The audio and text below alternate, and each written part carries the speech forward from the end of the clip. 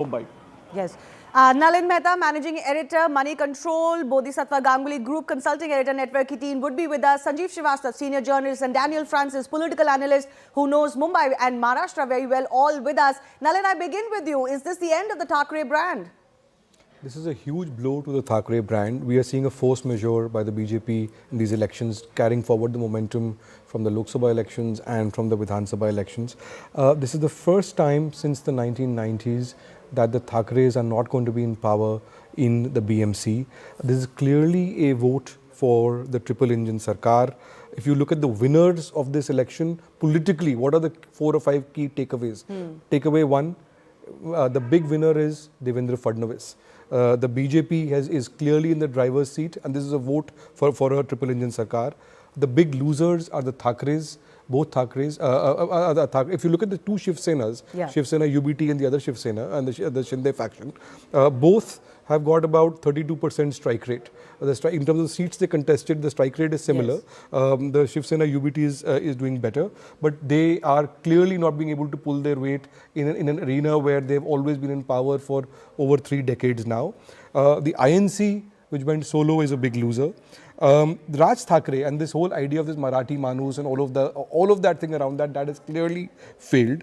There are big questions now for the opposition and for the MVA. There's also big questions on the Ajit Pawar. What is the utility of Ajit Pawar while he is an important player? What does that, all of these things, the shenanigans around that, it puts the BJP in the driver's seat. And I think this is probably a bookend to a much deeper process that began about 4 or 5 years ago with the last Maharashtra election, with the BJP from being second. The old BJP was always content to be second fiddle in Maharashtra, yes, right, to the Shiv Sena, which was the Vajpayee-Advani era. Yes. The new BJP has focused on, with fits and starts and with setbacks originally, saying that, look, we are going to be the dominant Hindutva party in Maharashtra, and we will be the big player in the game. And it all started. This is a further movement in that process. In that direction. And it all started with that split that happened allegedly because of how the chief ministerial position will be divided between the BJP Sena government. And look what all has happened since then. When one wonders if that split with the BJP originally has really cost Uddhav Thackeray and others quite a bit. Let's also go across to Bodhisattva Ganguli joining us, Group Consulting Editor, Network 18. How do you read into these results? Could we also say, apart from the setback to Uddhav Thackeray and his brand, the Thackeray brand itself, that this is finally a proof that very aggressive Marathi Manus politics is no longer having that purchase in Mumbai? Yeah, no, I think that's one clear takeaway. I think the biggest takeaway is that it's a victory for Mr. Devendra Fadnavis. I think it clearly establishes himself as the preeminent leader of the BJP in Maharashtra. I mean, you can say there's been no doubt about that for some years, but I think it consolidates his position. He has led this campaign at, this is the second round of municipal elections in Maharashtra that was won a couple of weeks back, where also the BJP-led Mahayuti, as the NDA is called here, they did very well. I think the victory in Mumbai with 95, with 95 wards is the single largest party, which is, I think, these numbers could change. But even if you add the two Shiv Senas, although in different alliances, the BJP's numbers are still slightly more than that. So it established himself as the preeminent party and the undisputed leader of the BJP in Maharashtra across, and the victory in these large urban areas, not just Mumbai, but also Pune and, what is known as the MMR, the Mumbai Metropolitan Region, which is an engine of economic growth for the country. I think it is extremely important. And I think the voters seem to have opted for a triple engine Sarkar because there are, as you're aware, there are big infrastructure projects going across, being built across this entire area. So yeah, and I think the Marathi Manus factor may have played some role, but I don't think it was enough of a game changer as the Thackeray, as Uddhav and Raj Thackeray may have hoped. What Bodhi is saying. Yes. Shivani, if I may add something to what Bodhi is saying. Yes, go ahead, Nalin. The point that Bodhi is making about Devendra Fadnavis, this also has huge implications for the political economy. one of the big things in India that Devendra Fadnavis has been driving is a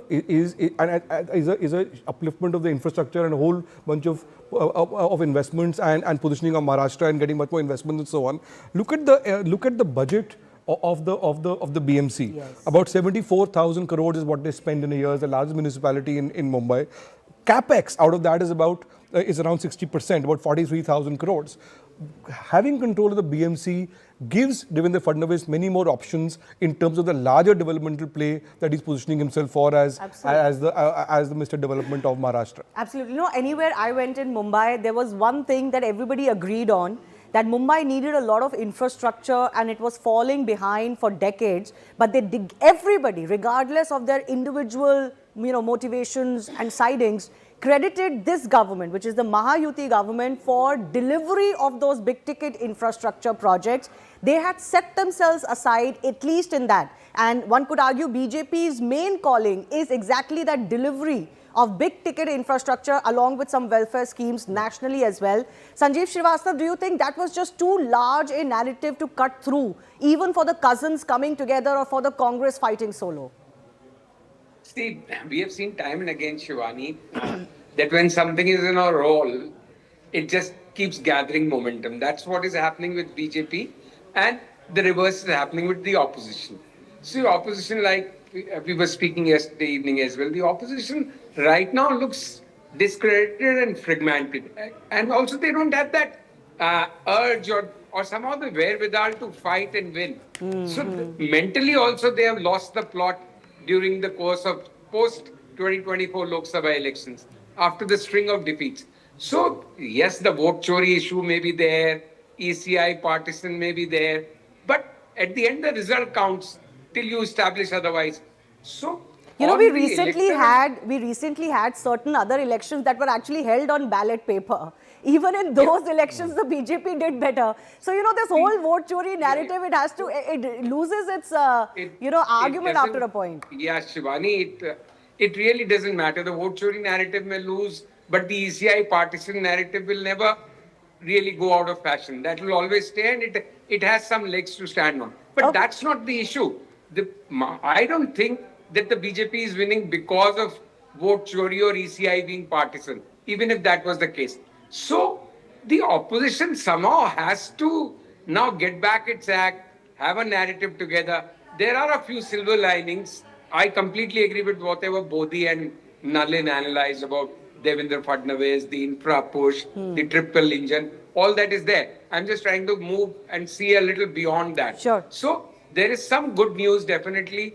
Whatever one may say, Uddhav has not performed as badly as some of his critics may have wanted him. The Shinde Sena has not performed as well like it did in some of the previous elections. In assembly elections, in assembly elections.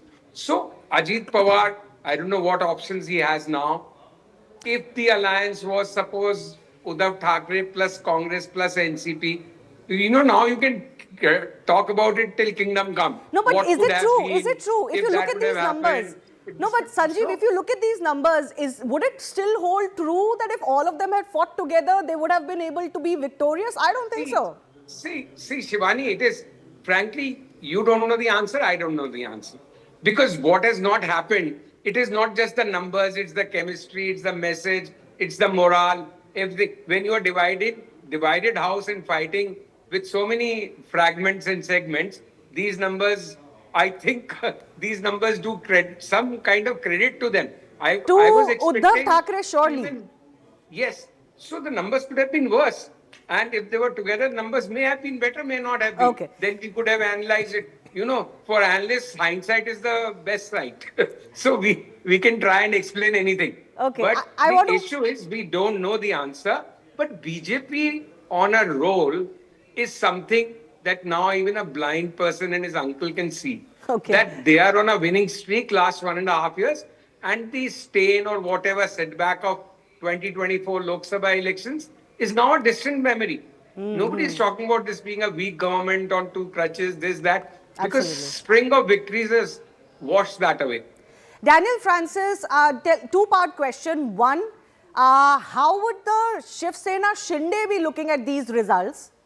given that their strike rate is not very strong? And what is the future of Uddhav Thackeray now?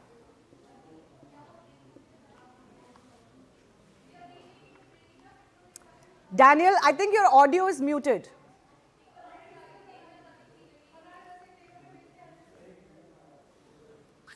Yes, Thanks, go. Yes, go ahead. Shivani.